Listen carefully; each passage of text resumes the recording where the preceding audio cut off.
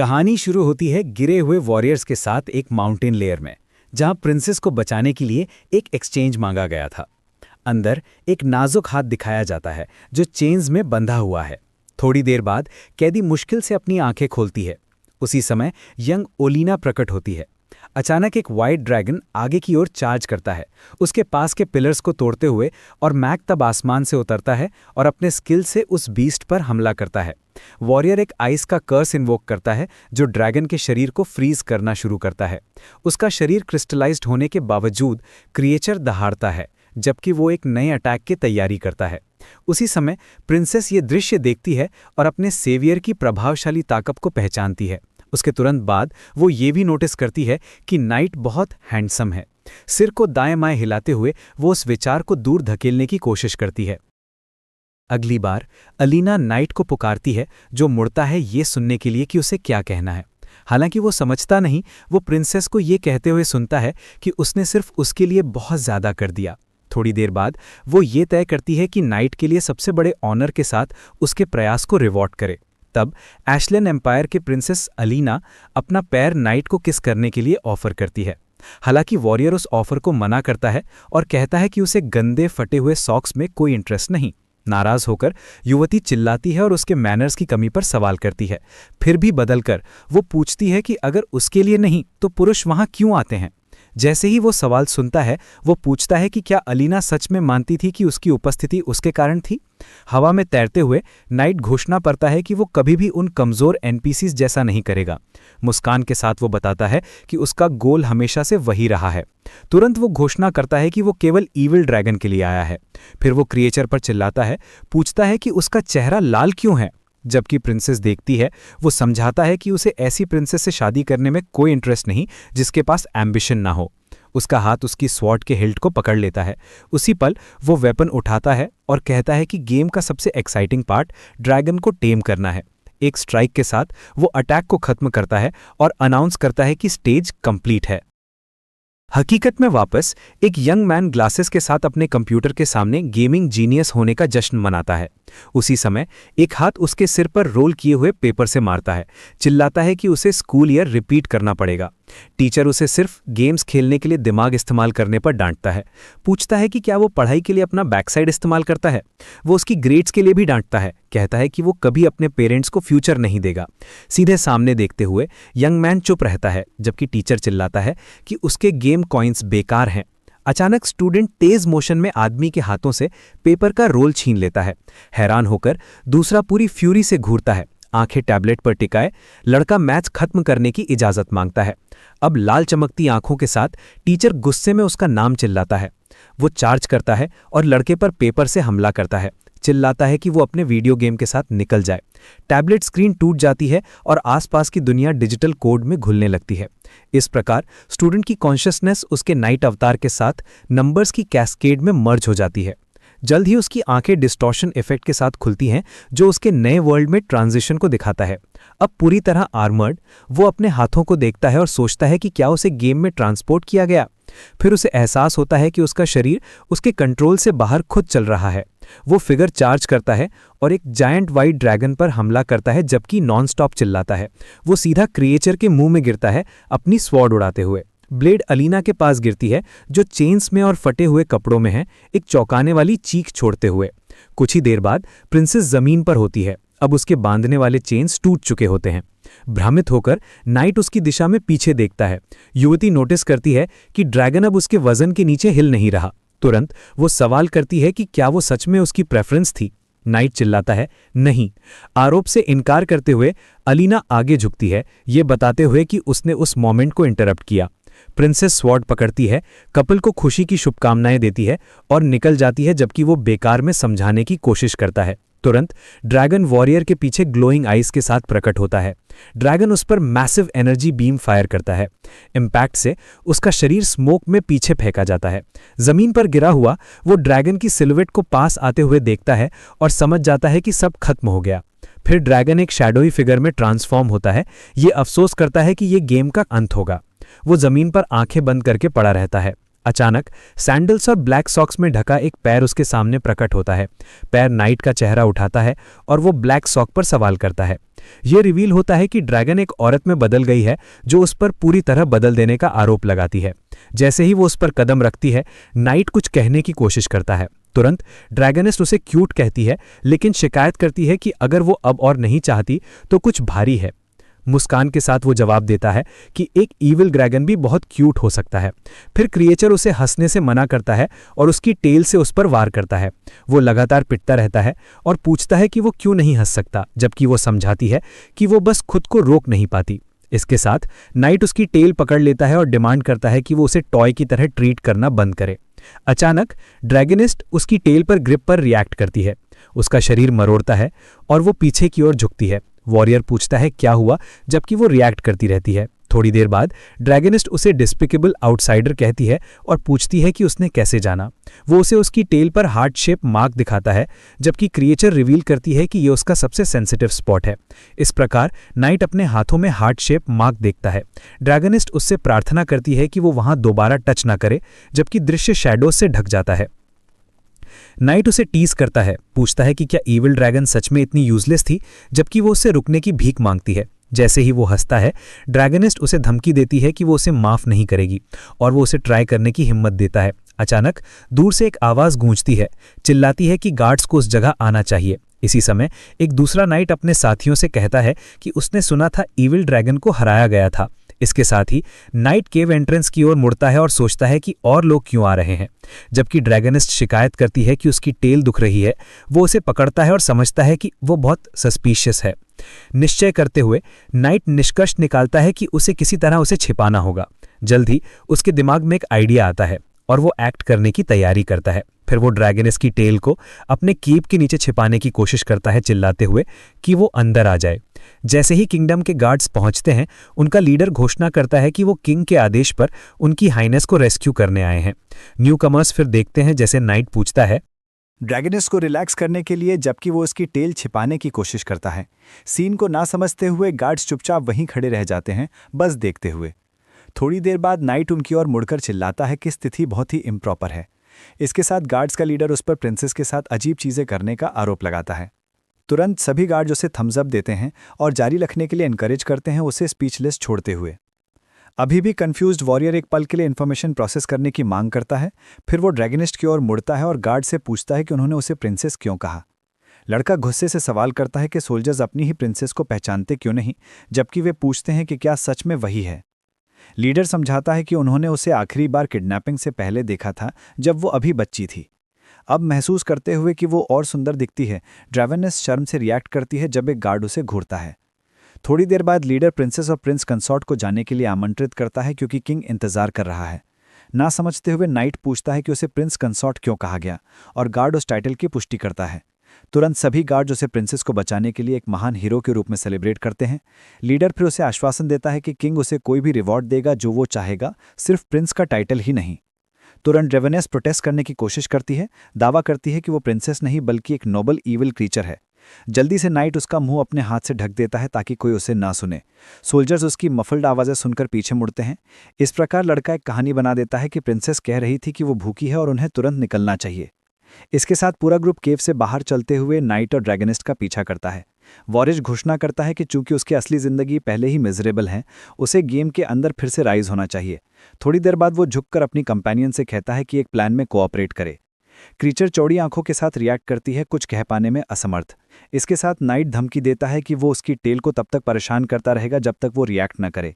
दबाव में भी ड्रैगनिस्ट घोषणा करती है कि वो कभी नहीं मानेगी और उसे फूल कहती है। जैसे ही वे पहुंचते हैं, ग्रुप का सामना रॉयल कैसल की प्रभावशाली आर्किटेक्चर से होता है। पैलेस के अंदर टेबल पर पहले से ही पूरा बैंक्वेट लगा हुआ है। थोड़ी देर बाद रॉयल फैमिली खाना के चारों ओर इकट्ठा होती है। वैलेट घोषणा करता है कि सब कुछ प्रिंसेस के लिए तैयार किया गया था। फिर सर्वेंट गोगेट्स में से एक को वाइन से भरता है। इसके साथ ड्रैगनिस्ट टेबल पर बैठती है और खाना की खुशबू से एन्चेंटेड हो जाती है, सिवाय प्रिंसेस होने के। फिर वो हाथ में मांस का टुकड़ा लेकर किंग को पुकारती है और वो 10 साल बाद उसे वापस पाकर रोता है। फिर भी क्वीन अपने पति को याद दिलाती है कि उनकी बेटी के काले बाल थे, लेकिन वो उससे डिटेल की चिंता ना करने के लिए कहता है। उनके पास प्रिंस राजी कमेंट करता है कि उसकी बहन का डेवलपमेंट उसकी उम्मीद से बेहतर था। थोड़ी देर बाद क्वीन अपने बेटे से सहमत होती है कि स्थिति एडवांटेजियस है, जबकि नाइट और ड्रैगनिस्ट खाते हैं। जैसे ही वो खाती है, क्रीचर वर्सेस फैमिली के व्यवहार को ऑब्जर्व करती है। अचानक एक मेड पास आती है और कहती है कि वो आगे जारी नहीं रख सकती। युवती समझाती है कि प्रिंसेस को खाना एलिगेंट तरीके से काटने के लिए फोक और नाइफ का इस्तेमाल करना चाहिए। ड्रैगनिस्ट इंस्ट्रक्शन को इग्नोर करती है और चिड़िया को अपने हाथों से पकड़े रहती है। मुंह भरा हुआ वो मेड की ओर प्रोटेस्ट में घूरती है। उसके च्यूइंग की आवाज़ टेबल पर सबका ध्यान खींच लेती है, जिसमें किंग, क्वीन और नाइट भी शामिल हैं। तुरंत बाद ड्रैगनिस्ट ड्रमस्टिक की हड्डी अपने मुंह में लाती है और उसे पूरी तरह साफ कर देती है। इसके साथ वो चिड़िया का स्केलेटन टेबल पर रखती है और अपने होठ संतुष्टि से चाटती है। मैक को सीन अजीब लगता है, लेकिन रॉयल फैमिली पुष्टि करती है कि असली एलेना ने कभी खाना बर्बाद नहीं किया। अचानक हॉल के दरवाजे एक्सप्लोड हो जाते हैं, गार्ड्स को जमीन पर बाहर फेंकते हुए। जैसे ही सब एंट्रेंस की ओर डर से देखते हैं, एक महिला आवाज़ घोषणा करती है कि ड्रैगनिस्ट प्रिंसेस नहीं है। थोड़ी देर बाद एक वॉरियर जिसकी पीठ पर सोर्ड है हॉल में प्रवेश करती है और उस पर इम्पोस्टर होने का आरोप लगाती है। इस प्रकार नाइट उसे उस कैदी के रूप में पहचानता है जिसे उसने एक दिन पहले केव में चेन्स में छोड़ा था। न्यूकमर तब बैंक्वेट टेबल पर जोर से पांव पटकती है किंग के सामने। वो झुककर अपना परिचय देती है कि वो असली अलीना है, प्लेट्स तोड़ते हुए। लड़का सीन देखता है जबकि ड्रैगन उसके पास शांति से खाती रहती है। किंग तब दो अलेनास के साथ दुविधा का सामना करता है और सुझाव देता है कि तय करने के लिए लॉटरी की जाए कि कौन प्रिंसेस होगी। ये सुझाव सुनकर अलीना चिल्लाती है कि उसे ऐसी बात कहने का कोई हक नहीं। वो उसकी कॉलर पकड़ लेती है और उस पर अपनी बेटी को पहचान ना कर पाने के लिए बेकार होने का आरोप लगाती है। छोड़े बिना भी वो झुके हुए सिर के साथ डांटती रहती है। तब एलेना चिल्लाती है कि उसका ऐसा पिता नहीं है जो सिर्फ बच्चों का होना चाहता है पर उन्हें पालता नहीं। इसके कारण किंग उसकी बातों की कठोरता से शॉक्ड हो जाता है। उसी समय रॉयल फैमिली एटीट्यूड और आवाज़ के लहजे को अपनी असली बेटे का पहचान लेती है। इस कारण वे सब उसे खुशी से गले लगाते हैं, जबकि नाइट सवाल करता है कि उस फैमिली के बॉन्ड्स कैसे काम करते हैं। ये महसूस करते हुए कि वो इनसेन है, नाइट जाने का फैसला करता है, जबकि ड्रैगनिस्ट खाती रहती है। अचानक एक सोड उसकी ओर उड़ती है और एक आवाज़ उसे हकने का आदेश देती है। हथियार उसके सिर के पास वाले पिलर में धंस जाता है, जबकि प्रिंसेस उस पर भागने की कोशिश का आरोप लगाती है। नाइट तब मुड़कर देखता है कि किसने इतनी हिम्मत की। प्रिंसेस उस पर घूरती है और अंततः उसे पहचान लेती है। फिर वो उस पर केव से पॉवर्टेड नाइट होने का आरोप लगाती है, लेकिन वो जोर देता है कि ये सब एक मिसअंडरस्टैंडिंग था। इसके कारण रॉयल फैमिली उस कहानी में इंटरेस्ट लेती है, जबकि वो शिकायत करता है कि वो गलत चीज़ पर ध्यान दे रहे हैं। प्रिंसेस अफसोस करती है कि उसने ड्रैगन को छोड़ दिया, यहाँ तक कि उस रोमांटिक सीन के बाद जो उसने देखा था। वो तुरंत उस पर इम्पोस्टर के साथ जुड़े होने का आरोप लगाती है। उसी समय एलेना ड्रैगनिस्ट का हाथ थप्पड़ मारती है और उसे खाना खाने से मना करती है, जबकि नाइट अपनी सफाई देने की कोशिश करता है। प्रिंसेस दबाव डालती है, उसे रस्टिक और इन्फीरियर कहती है। अचानक ड्रैगनिस्ट प्रिंसेस की ओर आग उगलती है। क्लैश के बाद नाइट और एलिना सूट से ढके हुए दिखाई देते हैं, जबकि वो जो हुआ उसे कम करने की कोशिश करता है। इसके कारण प्रिंसेस आगे झुकती है और उन्हें इंसल्ट करती है, उन्हें डिस्पिकेबल कपल कहती है। अगली बार अलीना सोल्जर्स को आदेश देती है कि उन्हें पकड़ लिया जाए ताकि उन्हें दिखाया जाए। पब्लिक स्क्वायर में नाइट रैवेनस की तरफ मुड़ता है और पूछता है कि वो भी क्यों उसे सिचुएशन के लिए ब्लेम कर रही है। जैसे ही सोल्जर्स करीब आते हैं, वो चिल्लाकर उसे कहता है कि सारा खाना बाहर स्पिट कर दो, लेकिन वो पलटकर कहती है कि उसने सिर्फ उसके थ्रेट की वजह से ओबे किया। उसी पल एक गार्ड छलांग लगाता है अटैक की तैयारी करते हुए। थोड़ी ही देर बाद सोल्जर अपनी एक्स उठाता है नाइट और ड्रैगनस पर स्ट्राइक करने के लिए, जो इम्पैक्ट झेलने के लिए तैयार खड़े हैं। जैसे ही एक्स जमीन पर स्ट्राइक करती है, फिशर खुलता है और आग और धूल फैल जाती है। अटैक के तुरंत बाद नाइट और ड्रैगनिस्ट गार्ड को देखते हैं जो फ्लोर में फंसे वेपन को निकालने के लिए जूझ रहा है। उसी वक्त वो चेहरे पर मुस्कान के साथ सिचुएशन का सामना करता है। अचानक और सोल्जर्स प्रकट होते हैं और उसे पकड़ने के लिए दौड़ पड़ते हैं। नाइट उसके स्पीयर से बचता है और शिकायत करता है कि वे सच में उसे अटैक करने की कोशिश कर रहे हैं। गार्ड से घिरे हुए वो घोषणा करता है कि वो वहाँ फन करने आया था, मार खाने के लिए नहीं। उसी के साथ उसकी नज़र सामने के दुश्मनों पर लॉक हो जाती है। उसके हाथ से एनर्जी एमिनेट होना शुरू होती है, दिखाते हुए कि अब वो पीछे नहीं हटना चाहता। इसी पल राजा और रानी उसकी एमर्जिंग लाइट से चौंक जाते हैं। उनके बगल में ड्रैगनेस ध्यान से सीन देखती है। थोड़ी देर बाद नाइट अपने हाथ में एनर्जी की सॉर्ड समन करता है। ऑरा में ढका उसका शरीर वार करने की तैयारी करता है। स्ट्रॉन्ग एनर्जी की वजह से सोल्जर्स पीछे हट जाते, जबकि उनमें से एक चीखता है कि वो मरने वाला है। उसी वक्त सॉर्ड जमीन पर गिरती और एक छोटा हार्मलेस क्रीचर में बदल जाती है। नाइट पिक्सेलेटेड वेपन उठाता और गेम को फ्रीज कर देने वाले बग पर फ्रस्ट्रेशन से चीखता है। न समझते हुए वो एक पिक्सेलेटेड साइन देखता है जो अचानक हॉल में प्रकट होता है। उसके तुरंत बाद एक मैसेज अनाउंस करता है कि वो डिस्क्वालीफाइड प्लेयर है, जिससे वो शॉक में रह जाता है। उसी पल प्रिंसेस एलिना अपनी हंसी रोकने की कोशिश करती है और फिर वो और गार्ड जोर से हंस पड़ते हैं और उसका मजाक उड़ाते हैं। एलिना खुद को एनपीसी ऑफ जस्टिस रिवील करती है और कहती है कि उसने सोचा था कि वो ज़्यादा स्ट्रांग है। नाइट फिर जोर से एनपीसी ऑफ जस्टिस शब्द दोहराता है। थोड़ी देर बाद प्रिंसेस अपनी सॉर्ड निकालती और दावा करती है कि वो कुछ खास नहीं है। अभी भी ना समझते हुए नाइट उसे fallen justice from the heavens कहता है। अचानक एलिना चार्ज करती और सॉर्ड से अटैक करती, जिससे वो डॉज करने पर मजबूर हो जाता है। चौंक कर वो उसे ज़मीन पर गिरा देती और उस पर प्योर गर्ल्स को डिसीव करने का आरोप लगाती है। तुरंत बाद प्रिंसेस उसके सीने पर पैर रख देती है। उसी पल नाइट उसकी फुट प्रेशर पर अपनी आर्मर में रिएक्ट करता है। ग्लोइंग आइज के साथ एलिना घोषणा करती कि वो उन्हें एक एक करके गिरा देगी। अचानक स्ट्राइक करने से पहले ही उस पर अटैक होता है। सीक्वेंस में उसे पीछे फेंक दिया जाता है जिससे पिलर्स टूट जाते हैं। मलबे के बीच ड्रैगनस के हॉर्न्स दिखाई देते हैं। तब प्रिंसेस घायल बैठ जाती है और पूछती कि वो वास्तव में कौन है। उसी के साथ ड्रैगनस अपनी ड्रेस फाड़ देती है और घोषणा करती कि उसने काफ़ी सहन कर लिया है। थोड़ी देर बाद वो नाइट के सर पर थप्पड़ मारती कि उसे उस पिग में शामिल कर दिया। फिर क्रीचर अपने पंखों के साथ अपनी फॉर्म रिवील करती है और उसे कसकर हक कर लेती है। उसे दबाते हुए वो घोषणा करती है कि वो उसकी लॉन्ग टर्म मील टिकट के अलावा कुछ नहीं है। रॉयल फैमिली असामान्य प्रतिक्रिया देती है जबकि क्वीन बोर्डम पर अफसोस करती है और प्रिंस कहता है कि वो भी ज्वाइन करना चाहता है। उसी समय गार्ड्स नॉर्मल रिएक्शन देते हैं और ड्रैगन को देखकर डर से चीखते हैं। कैसल के पास एक सिटी में एक चीख अनाउंस करती है कि एविल ड्रैगन अपनी वैली छोड़ चुका है। दूर एक औरत अपने बिस्तर पर पीसफुली सो रही है। उसी पल उसका हाथ शीट को कसकर पकड़ लेता है। थोड़ी देर बाद वो स्ट्रेच करते हुए उठती है। अचानक औरत बिस्तर पर बैठ जाती है और चीख निकलती है। डरी हुई सेंट केडोनिया अपने चेहरे को हाथों से ढक लेती है। उसके बेड साइड पर एक फिगर करीब आता और पूछता कि क्या उसे फिर नाइटमेयर आया। उसी वक्त सेंट विजिटर को पैलाडिन श्लोहोंग के रूप में पहचान लेती है। केडोनिया फिर पूछती कि उसे वहाँ क्या लाया। जवाब में सेक्रेट सैंक्चुरी की पैलाडिन समझाती कि वो ऐशलैंड से न्यूज़ लाई है। फिर श्यूली होंग रिवील करती कि इन्फॉर्मेशन ड्रैगन के बारे में है। बेड की तरफ चलते हुए सेंट उसे ध्यान से देखती है। उसी के साथ वो वॉरियर केडोनिया की शेन उठाती और कमेंट करती कि वो ड्रैगन की तरफ रिजेंटफुल लग रही है। थोड़ी देर बाद श्यूली होंग ऑफर करती कि वो रात सेंट के साथ बिताएगी। अगले दिन एनिमल ईयर्स वाली सुनहरी औरत पैलाडिन को रूम के बाहर पाती है। उसी के साथ वो क्रिटिसाइज करती कि उसने रात सेंट के साथ बिताई जबकि और लोग हार्डवर्क करने के लिए इन्फॉर्मेशन कलेक्ट कर रहे हैं। न्यूकमर फिर पास आती और कहती कि ऐसा बिहेवियर बहुत सेल्फिश था। जवाब में शूलॉइन अपनी ग्लव का सिरा काटती और रिप्लाई करती कि चोजन वन की नींद प्रोटेक्ट करना उसका ड्यूटी है। एनिमल ईयर्स वाली औरत जल्दी से उस पर जेलस होने का आरोप लगाती है लेकिन वो पैलाडिन उसे डिनाई कर देती है। फिर वॉरियर अपना हाथ बढ़ाती और कहती है कि कलेक्टेड इन्फॉर्मेशन सौंप दो। दूसरी मना करती और कहती कि वो रिपोर्ट तभी दिखाएगी जब कुछ सिंसेरिटी होगी। मुस्कुराते हुए शूली होंग पूछती है कि उसका क्या मतलब है। थोड़ी देर बाद पैलाडिन अपनी कंपेनियन की बॉडी को टच करती है जो उसे वायलेंट कहती है। रिपोर्ट अपने हाथ में लेकर वो कमेंट करती है कि यही दूसरी चाहती थी जबकि वो औरत एक्सपोज होने पर ग्रम्बल करती है। रीडिंग फिर रिवील करती है कि नाइट ने प्रिंसेस को ड्रैगन के लिए अबैंडन कर दिया जबकि दूसरी उसकी फिंगर्स की स्ट्रेंथ की शिकायत करती है। रिपोर्ट में नाइट की ड्राइंग देखकर शूली होंग कंक्लूड करती कि वो सच में परवर्ट दिखता है। जल्द ही एक सीन दिखता है जिसमें लड़के का रेड फेस है और वो ड्रूलिंग कर रहा है। फिर ड्रैगनिस्ट की इमेज पंख फैलाए स्मोक के बीच प्रकट होती है। प्रिंसेस एलिना फिर कैनन पर बैठी दिखाई देती है और कहती कि वो कभी नहीं चाहती थी कि ऐसा ट्रेजिक सीन हो। अपने हाथ और क्लॉ लाइक पोजीशंस के साथ ड्रैगनिस्ट अपने अटैक का नाम चिल्लाती है। फिर वो एक विशाल फायर क्रीचर समन करती है और ईविल ड्रैगन का रोर अनलीश करती है। एक्सप्लोजन से टकराकर प्रिंसेस एलिना दर्द में फ्लेम्स के बीच चीखती है। थोड़ी देर बाद वो स्मोक से बाहर आती है और ड्रैगनिस्ट पर आर्टिफिशियली एक्ट करने का आरोप लगाती है। क्रीचर फिर अपनी उंगली चाटती जबकि एक हाथ उसकी तरफ इशारा करता है और उसे क्यूट होना बंद करने का आदेश देता है। उसी के साथ प्रिंसेस कैनन के फ्यूज को कसकर पकड़ लेती है। कैनन पर बैठी एलिना फ्यूज जलाती है और अपने दुश्मन पर फायर करती है। दूर से गार्ड्स बैटल को देखते हैं और इंटरफेयर ना करने का फैसला करते हैं। ड्रैगनिस फिर अपनी बाहें खोलती और अटैक्स रिसीव करती है। घोषणा करती कि सेंसेशन अच्छा और कंफर्टेबल है। प्रिंसेस एलिना शॉक में रिएक्ट करती कि उसने अभी क्या सुना। फिर वो कैनन को कई बार किक करती है और शॉट्स फायर करती है जबकि ड्रैगनिस्ट और ज्यादा फोर्स की भीख मांगती है। नाइट बैटल के स्मोक को ऑब्जर्व करता और कमेंट करता है कि उनकी बैटल धीरे धीरे आउट ऑफ कंट्रोल हो रही है। हवा में फेमिनिन परफ्यूम फैला है। उसी के साथ राजा और प्रिंस उस पर विमेंस फाइट को स्पाई करने के लिए परवर्ट होने का आरोप लगाते हैं। नाइट फिर चिल्लाकर जवाब देता है कि रॉयल फैमिली छिपती है तो उन्हें कुछ भी कहने का हक नहीं। कैनन के पास वो इस रूल पर अफसोस करता है जो डिस्क्वालिफाइड प्लेयर्स को एनपीसीज पर अटैक करने से रोकता है। इसी पर नाइट कंक्लूड करता है कि सब कुछ स्क्रिप्ट से बाहर चला गया और वो किस ही सारे ईविल की ओरिजिन थी। थोड़ी देर बाद प्रिंसेस एलिना ड्रैगनस पर अटैक की तैयारी करती है, ये कहते हुए कि वो स्क्रिप्ट को उसके साथ फॉलो करने से अच्छा यही करेगी। उसी के साथ क्रीचर रोते हुए कहती है कि वो अटैक्स और नहीं सह सकती और अगर ये जारी रहा तो कुछ होगा।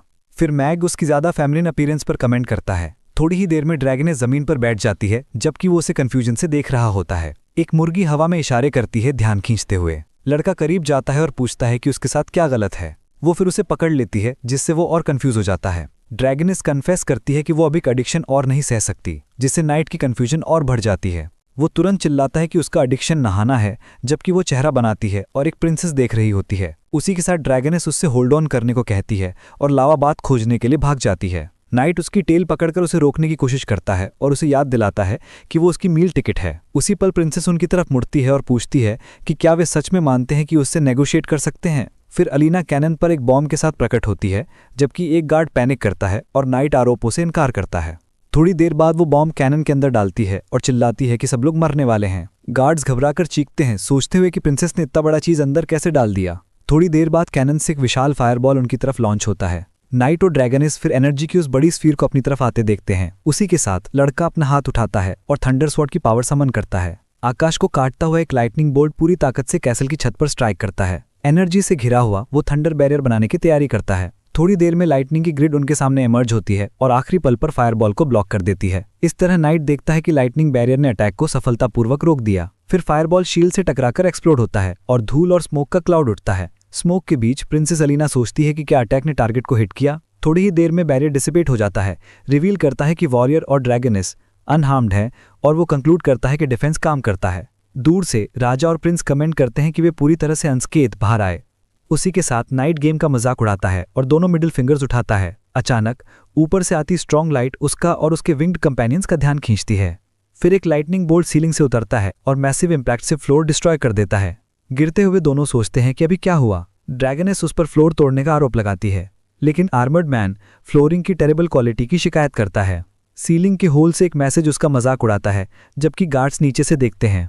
फ्री फॉल में नाइट गेम पर चिल्लाता है, चीटिंग का आरोप लगाता है क्योंकि उसके पास उसे हराने की स्ट्रेंथ नहीं है। वो अपनी टायरेट जारी रखता है, कहते हुए कि गेम उसे सीधे फेस करने की हिम्मत नहीं करता। अचानक उसका शरीर एक सॉफ्ट सरफेस पर लैंड करता है। जल्द ही रिवील होता है कि वो व्हाइट ड्रैगन पर उतरा है, जो अब जाइगेंटिक है और मैजिकल सर्कल से घिरा हुआ है। क्रीचर दावा करती है कि वो उसे बचाना नहीं चाहती थी और नाइट बस उसकी पीठ पर गिर पड़ा। इस बीच दोनों हॉल की सीलिंग के होल से ऊपर उठते हैं। फिर ड्रैगनिस्ट कैसल का बाकी हिस्सा डिस्ट्रॉय कर देती है, मैसिव डैमेज पीछे छोड़ते हुए।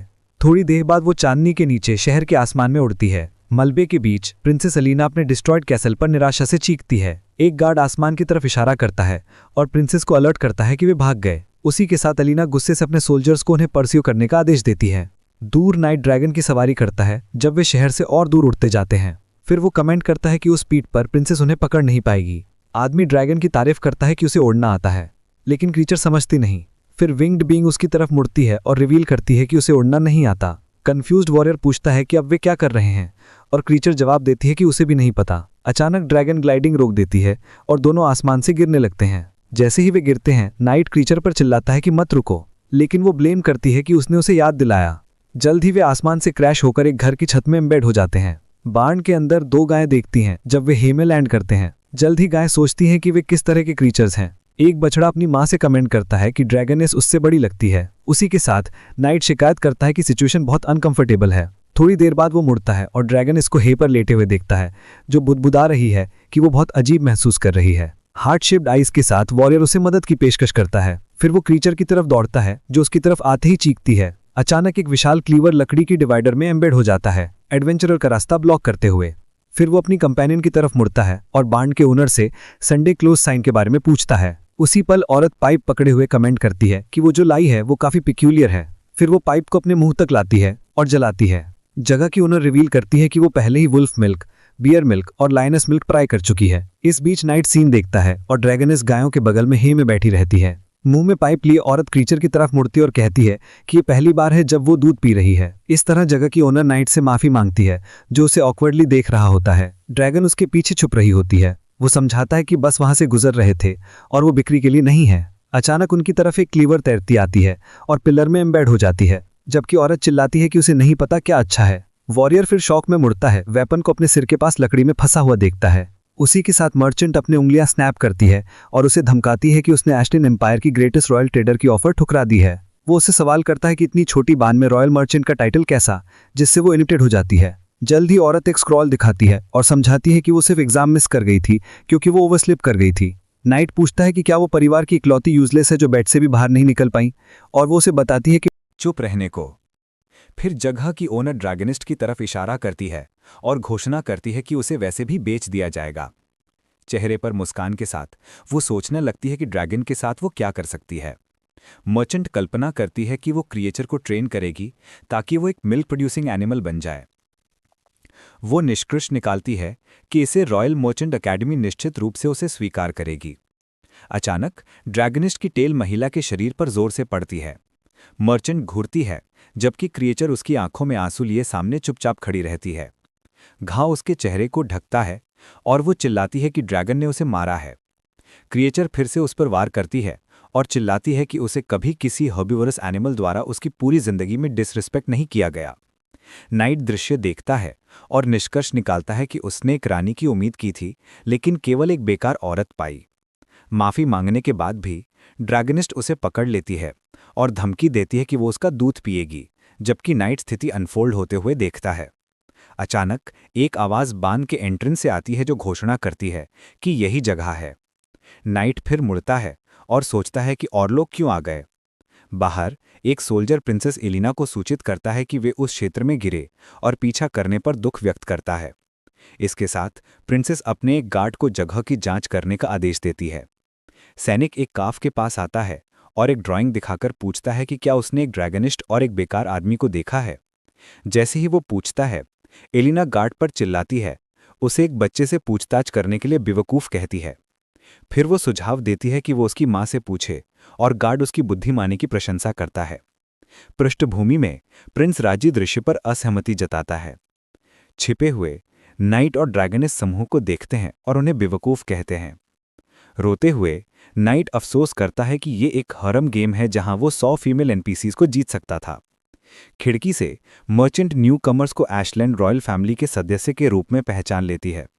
फिर वो प्रिंसेस एलिना को देखती है और उसकी नोबल, करेजियस और ब्यूटीफुल ऑरा की प्रशंसा करती है। मर्चेंट ये भी नोटिस करती है कि सेना के बैनर पर सेक्रेड एम्ब्लम सूरज की रोशनी में चमक रहा है। इसके साथ वो सोचती है कि क्या प्रिंसेस एलिना एक नई गॉडेस ऑफ वॉर हो सकती है, उसकी शक्ति को पहचानते हुए। जल्द ही महिला खिड़की की ओर मुड़ती है और युद्ध की महान देवी को 2 फ्यूजिटिव्स के बारे में चिल्लाने की कोशिश करती है। अचानक ड्रैगनिस्ट की टेल मर्चेंट के सिर के चारों ओर लिपट जाती है, उसे बोलने से रोक देती है। योद्धा उसे पीछे से पकड़ता है जबकि क्रिएचर समझाती है कि अगर वो अब चिल्लाएगी तो ये समस्या होगी।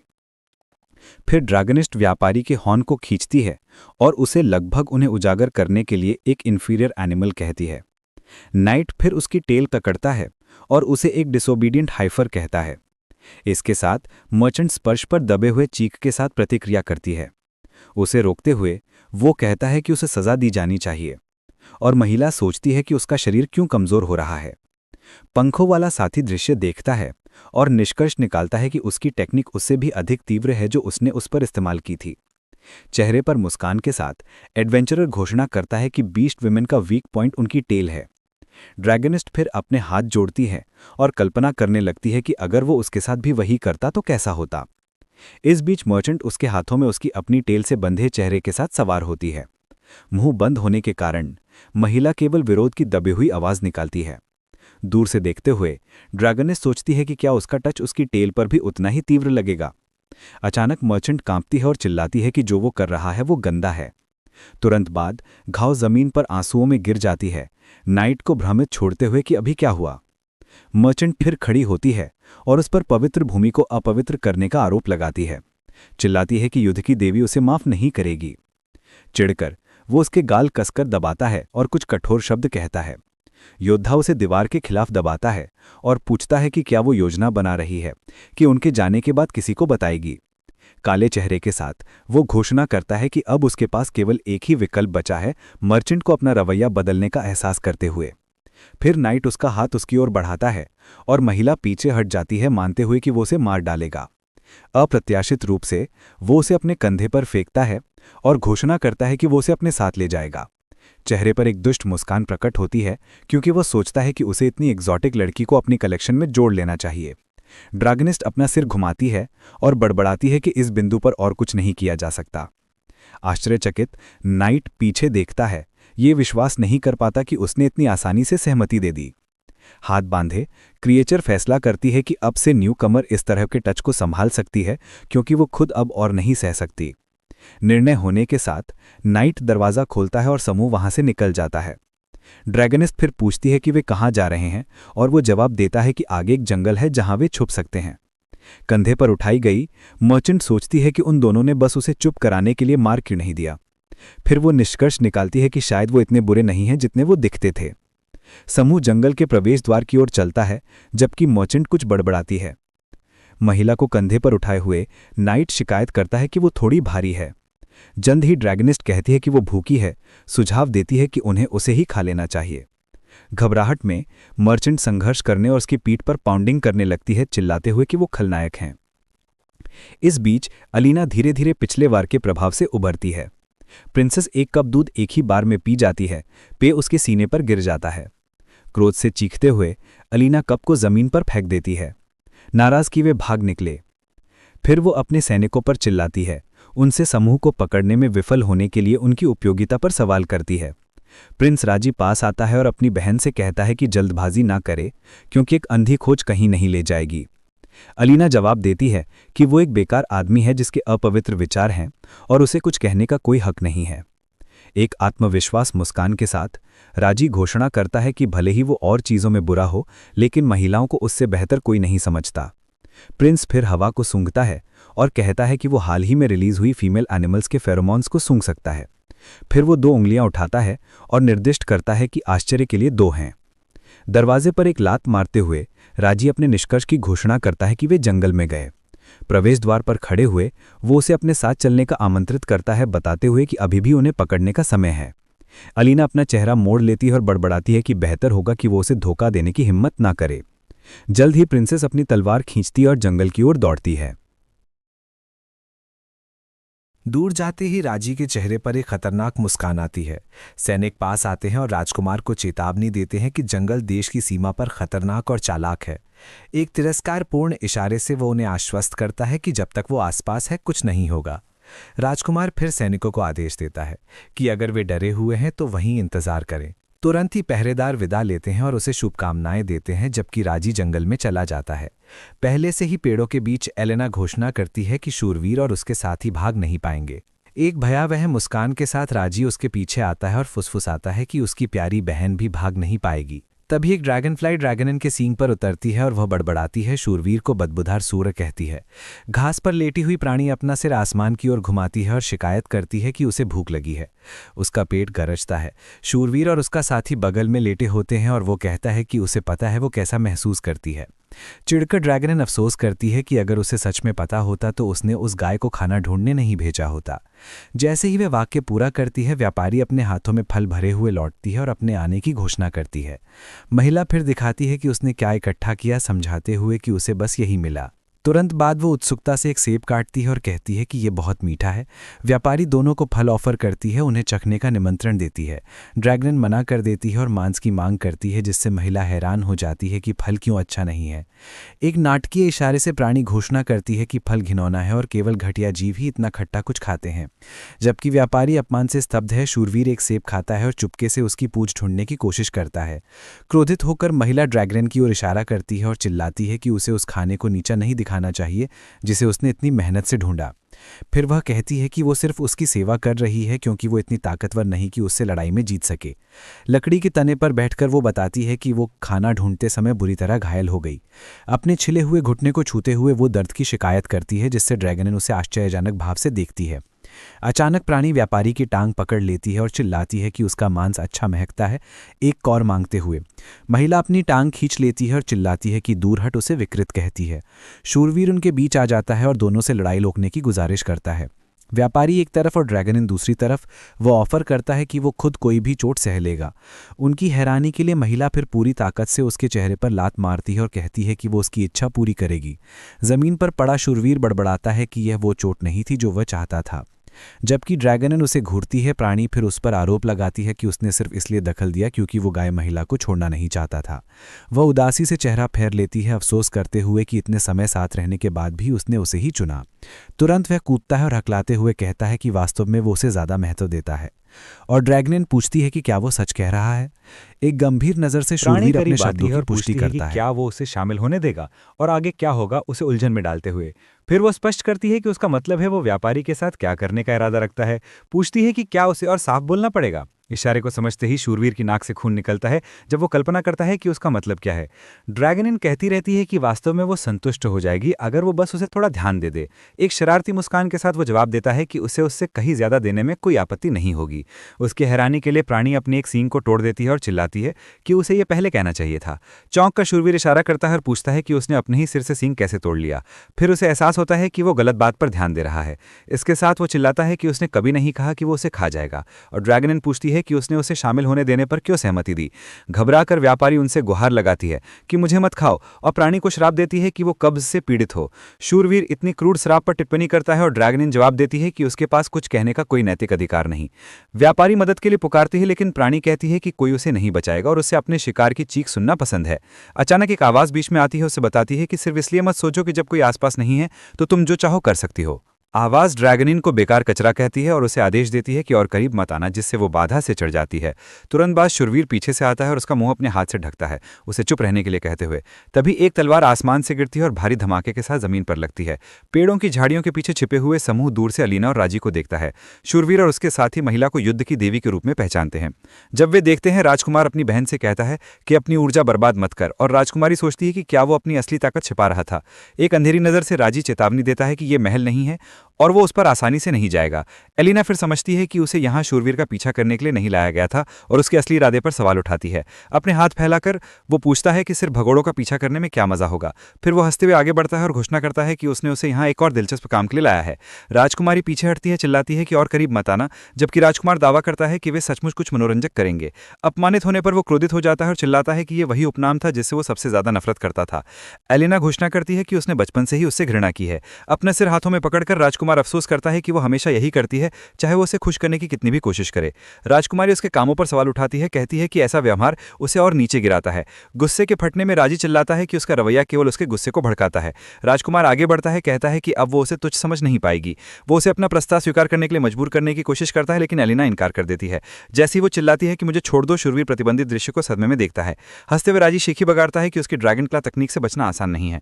शूरवीर अपनी मुट्ठी कसता है, ये जानते हुए कि वो सीधी लड़ाई में उसे हराने के लिए बहुत कमजोर है। उसके पास ड्रैगनिन उस तकनीक का नाम सुनकर कांप जाती है और स्वीकार करती है कि यह डरावनी है।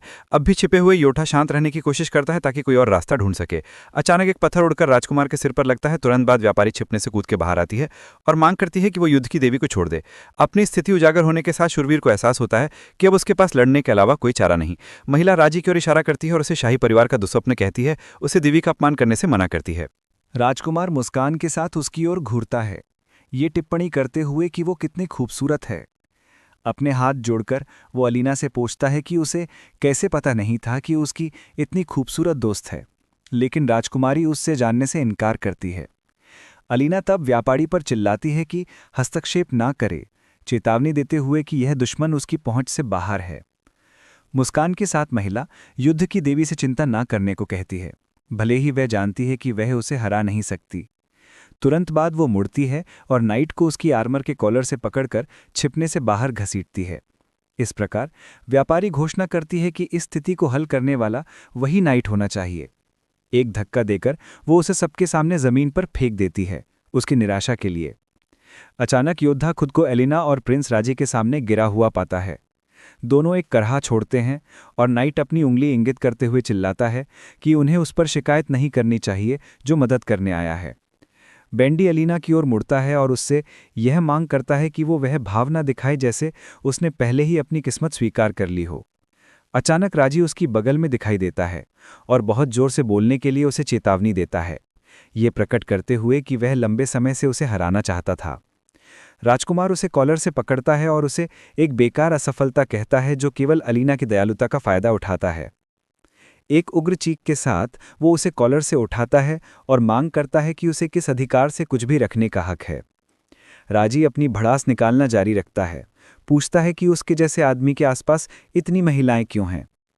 अपनी उंगली इंगित करते हुए वह स्थिति पर अपनी नाराजगी व्यक्त करता है। फिर वो उसे जोर से हिलाता है और चिल्लाता है कि वो चुप रहे, उस पर जानबूझकर दिखावा करने का आरोप लगाता है। मुस्कान के साथ राजकुमार पूछता है कि छोटी ड्रैगनिस्ट कहाँ है जो हमेशा उसके आसपास रहती है। अभी भी छिपी हुई प्राणी बहस करती है कि उसे अपनी मील टिकट की रक्षा करनी चाहिए या उस आदमी की डरावनी तकनीक के डर में झुकना चाहिए। जबकि वे लड़ रहे थे, राजी नाइट को ताना मारता है, ये कहते हुए कि यहाँ तक कि ड्रैगनिस्ट ने भी उसे छोड़ दिया। सांस लेने के लिए संघर्ष करते हुए योद्धा को याद आया कि उसने रानी की स्कर्ट के पीछे डर से कांपते हुए राजकुमार को देखा था। टेढ़ी मुस्कान के साथ उसने पूछा कि क्या वो वही कुलीन नहीं था जो लड़कियों को वीरान जगहों पर फुसलाता था। ऐसी धृष्टता से हैरान होकर राजी ने उससे दोहराने की मांग की कि उसने अभी क्या कहा, लेकिन उसका प्रतिद्वंदी मना कर देता है। नाइट तब घोषणा करता है कि अच्छे शब्द कभी दोहराए नहीं जाते और जिसने उन्हें कुत्ते की तरह नहीं सुना उन्मत्त हंसी के साथ हमलावर उस पर घूरता है और कहता है कि अगर वो बात नहीं करना चाहता तो यह ठीक है। अगले ही पल राजकुमार अपनी पकड़ कस लेता है और चिल्लाता है कि वो फिर कभी नहीं बोलेगा। अचानक योद्धा की दृष्टि धुंधली होने लगती है और वह सोचता है कि क्या उसकी आंखें उसे धोखा दे रही हैं। अपनी विकृत दृष्टि से उसने राजी के सिर के ऊपर का लेबल बदलते देखा, जो न्याय का एनपीसी था। टेक्स्ट बदल गया और जो नया नामकरण दिखाई दिया वो था अयोग्य एनपीसी। भयभीत होकर नाइट की आंखें नई उपाधि को राजकुमार के ऊपर तैरते हुए देखकर चौड़ी हो जाती हैं। घुटते हुए भी उसने समझना शुरू किया कि शायद खेल में हर किसी की एक पूर्व निर्धारित नियति थी। उसे याद आया कि जब कोई खिलाड़ी या एनपीसी असामान्य व्यवहार करता था तो उनकी स्थिति बदल जाती थी। फिर उसने निष्कर्ष निकाला कि जो भी रास्ते से भटकता है उसे सिस्टम द्वारा अयोग्य घोषित कर दिया जाता है।